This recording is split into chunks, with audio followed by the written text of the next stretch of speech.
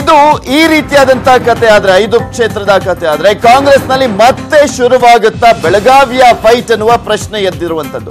ಲೋಕಸಭೆ ticket ವಿಷಯದಲ್ಲಿ ಜಟಾಪಟಿ ಶುರುವಾಗಿದೆ.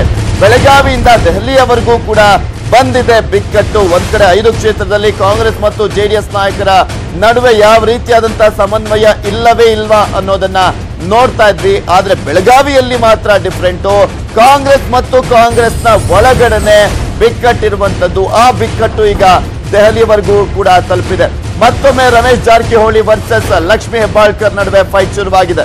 ಸಹೋದರನಿಗೆ ಟಿಕೆಟ್ ಕೊಡಿಸಲು ಲಕ್ಷ್ಮೀ ಹೆಬ್ಬಾಳ್ಕರ್ ಯತ್ನವನ್ನ ಮಾಡ್ತಾ ಇದ್ದಾರೆ. ಇನ್ನು ಹೆಬ್ಬಾಳ್ಕರ್ ಅವರ ಸಹೋದರನಿಗೆ ಟಿಕೆಟ್ ತಪ್ಪಿಸಲು ರಮೇಶ್ ಜಾರಕಿಹೊಳಿ ಅವರು ಪ್ರಯತ್ನವನ್ನ ಮಾಡ್ತಾ ಇದ್ದಾರೆ. ದೆಹಲಿಗೆ ಬಂದು ಲಾಬಿಯನ್ನ ಶುರು ಮಾಡಿದ್ದಾರೆ ಲಕ್ಷ್ಮೀ ಹೆಬ್ಬಾಳ್ಕರ್ ಅವರು.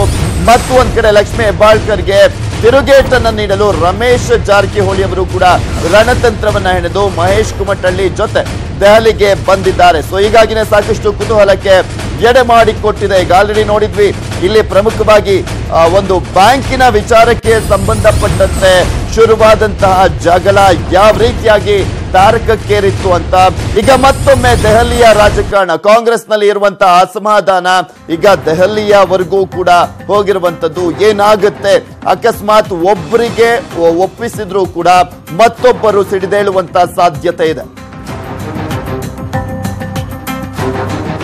ಇನ್ನು ಈ ಕುರಿತಂತೆ ಹೆಚ್ಚಿನ ಡೀಟೇಲ್ಸ್ ಅನ್ನ ನೀಡ್ತಾರೆ ನಮ್ಮ ಪ್ರತಿನಿಧಿ ಧರಣೇಶ್ ಬೂಕನಕೆರೆ. ನೇರ ಸಂಪರ್ಕದಲ್ಲಿ ಜಾಯ್ನ್ ಆಗ್ತಾ ಇದ್ದಾರೆ ನವದೆಹಲಿಯಿಂದ. ಎಸ್ ಧರಣೇಶ್ ಬೂಕನಕೆರೆ, ಈ ಹಿಂದೆ ಬೆಳಗಾವಿಯ ರಾಜಕಾರಣ ಸರ್ಕಾರದ ಅಳಿವು ಉಳಿವಿನ ಪ್ರಶ್ನೆಯನ್ನೇ ಮಾಡಿತ್ತು. ಈ ಬಾರಿ ಮತ್ತೆ ಲೋಕಸಭೆ ಎಲೆಕ್ಷನ್ಗೆ ಅದು ಮುನ್ನೆಲೆಗೆ ಬಂದಿರುವಂತದ್ದು. ಯಾವ ರೀತಿಯಾಗಿ ಫೈಟ್ ನಡೀತಾ ಇದೆ?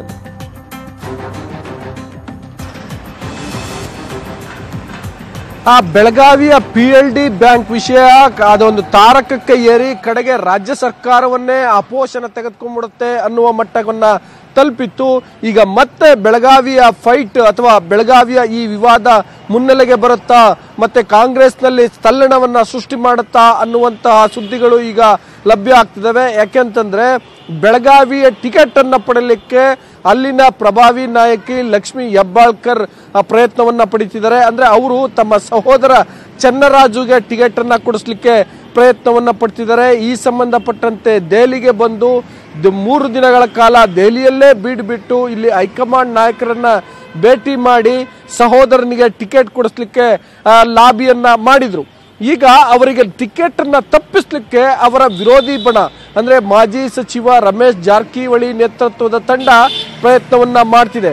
ಯಾಕೆಂದ್ರೆ ಇಡೀ ರಾಜ್ಯ ಸರ್ಕಾರದಲ್ಲಿ ಆದಂತಹ ಅಷ್ಟೆಲ್ಲ ತಲ್ಲಣಗಳಿಗೆ ಮತ್ತು ಈಗ ರಮೇಶ್ ಜಾರಕಿಹೊಳಿ ಅಂಡ್ ಟೀಮ್ ಅನುಭವಿಸ್ತಿರುವಂತಹ ಆ ಯಾತನೆಗೆ ಲಕ್ಷ್ಮೀ ಹೆಬ್ಬಾಳ್ಕರ್ರೇ ಕಾರಣ ಅನ್ನುವಂತಹದ್ದು ಅವರ ಮನೋಭಾವ ಆಗಿರೋದ್ರಿಂದ ಹೇಗಾದ್ರೂ ಮಾಡಿ ಲಕ್ಷ್ಮೀ ಹೆಬ್ಬಾಳ್ಕರ್ಗೆ ಹಿನ್ನಡೆ ಮಾಡಬೇಕು, ಆ ಕಾರಣಕ್ಕೋಸ್ಕರ ಅವರ ಸಹೋದರ ಚನ್ನರಾಜುಗೆ ಟಿಕೆಟ್ ಅನ್ನ ತಪ್ಪಿಸಬೇಕು ಎನ್ನುವ ಹಿನ್ನೆಲೆಯಲ್ಲಿ ರಮೇಶ್ ಜಾರಕಿಹೊಳಿ ಅಂಡ್ ಟೀಮ್ ದೆಹಲಿಗೆ ಬಂದಿದೆ.